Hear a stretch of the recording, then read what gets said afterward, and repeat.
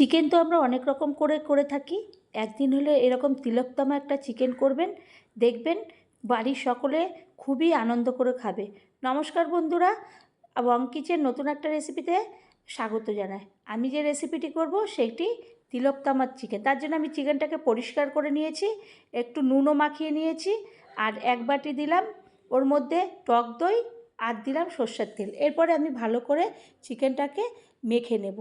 সুন্দর করে তেল, লবণ আর দই দিয়ে মেখে আমি একটা ঢাকনা দিয়ে ঢেকে রেখে দেবো সাইড করে।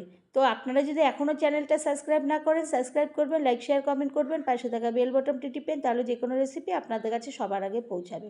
এরপরে আমি ওটা সাইডে রেখে নিলাম মিক্সিং জার। ওর মধ্যে নিলাম 2টো টমেটো, 4টের মতন নিলাম কাঁচা লঙ্কা, প্রায় 2 ইঞ্চির মতো নিলাম আদা, আর প্রায় 15 থেকে 20টার মতো নিলাম রসুন কোয়া। রসুনটা একটু বেশি দিলে একটু ভালো লাগে। আর দিলাম প্রায় 10 কোয়ার মতন, 10টা আমি দিয়ে দিলাম গোলমরিচ দানা, আর দিয়ে দিলাম 1 বাটি তিল। এরপরে আমি একটা মিহি পেস্ট তৈরি করে নিলাম। এদিকে কড়াইতে তেলটা আগে থেকে বসিয়েছি গরম করতে। তেলটা যখন ভালো করে তেতে উঠবে তখন আমি ওর মধ্যে পেঁয়াজ কুচি দিয়ে দেবো ভাজা হতে। তো পেঁয়াজটা ভাজা হতে থাকবে। তা এইরকমভাবে আমি পেঁয়াজটাকে ভালো করে নাড়াচাড়া করে নরম করে নেব, যাতে পেঁয়াজটা একদম নরম হয়ে যায় তেলের মধ্যে। আমি গ্যাসের ফ্লেমটা একটু বাড়িয়ে দিয়ে ভালো করে পেঁয়াজটাকে ভেজে নেব। তারপরে আমি এখানে কিছু গুঁড়ো মশলা দিলাম, বেশি কিছু দেব না। দিয়ে দিলাম লবণ, লঙ্কার গুঁড়ো আর হলুদের গুঁড়ো। এর থেকে বেশি জিরের গুঁড়ো, ধনের গুঁড়ো দিলে তিলের যে একটা ফ্লেভার, সেই ফ্লেভারটা পাওয়া যাবে না, আর এই টেস্টটাও আর পাওয়া যাবে না। তারপরে আমি যে পেস্টটা করলাম আদা, রসুন, কাঁচা লঙ্কা, টমেটো আর তিল দিয়ে, সেই পেস্টটাকে আমি ঢেলে দিলাম। যখন আগের হলুদের গুঁড়ো, লঙ্কার গুঁড়ো থেকে তেল ছাড়বে তখনই আমি তিলটার যে পেস্টটা দিয়ে দিলাম। এরপর তিল দিলে তিলের থেকে তো তেল আরও ছাড়বে। এরপরে তেল আর মশলা যখন আলাদা হয়ে আসবে তখন আমি টক দই, সর্ষের তেল মাখানো যে মাংসটা আমি রেখেছিলাম, সেই মাংসটাকে আমি ভালো করে দিয়ে দেব। দিয়ে ওই মশলার সঙ্গে আমি কষাতে থাকবো।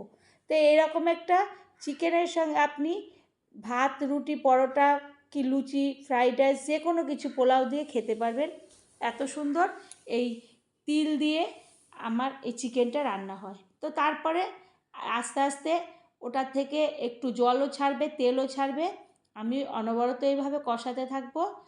তখন মশলা, মাংস আর তেল আলাদা হতে থাকবে। তখন আমি মিক্সিং জার দিয়ে একটুখানি জল দিয়ে দেব। বেশি একটা জল দেব না, একটু সামান্য একটু জল মতন হবে, বেশি একটা হবে না, কষা মতনই হবে। এরপর আমি একটা ঢাকনা চাপা দিয়ে গ্যাসটা একদম সিমে দিয়ে দেব। 10 মিনিট পরে আমি ঢাকনাটা তুলব। তখন দেখব যে মাংসটা কেমন পজিশনে আছে। আমি সেইভাবে আবারও ভালো করে নাড়াচাড়া করে নেব। তো দেখব মাংসটা মোটামুটি হয়ে আসছে, কারণ এখানে তো আলু ঠালু দেওয়া হয়নি, সিদ্ধ হওয়ার অত দরকার নেই। এরপরে গ্যাসটাকে আমি বন্ধ করে আমি চিকেনটাকে তুলে নেব। তো খুব অল্প সময়, অল্প উপকরণে এরকম একটা তিলোত্তমা চিকেন একবার হলেও বন্ধুরা করবেন, দেখবেন বাড়ির সকলে আপনার কাছে খাওয়ার জন্য বারবার করে বায়না করবে। আপনারও করতে ভালো লাগবে। যদি ভালো লাগে আবার কোনো রেসিপিতে দেখা হবে। ধন্যবাদ।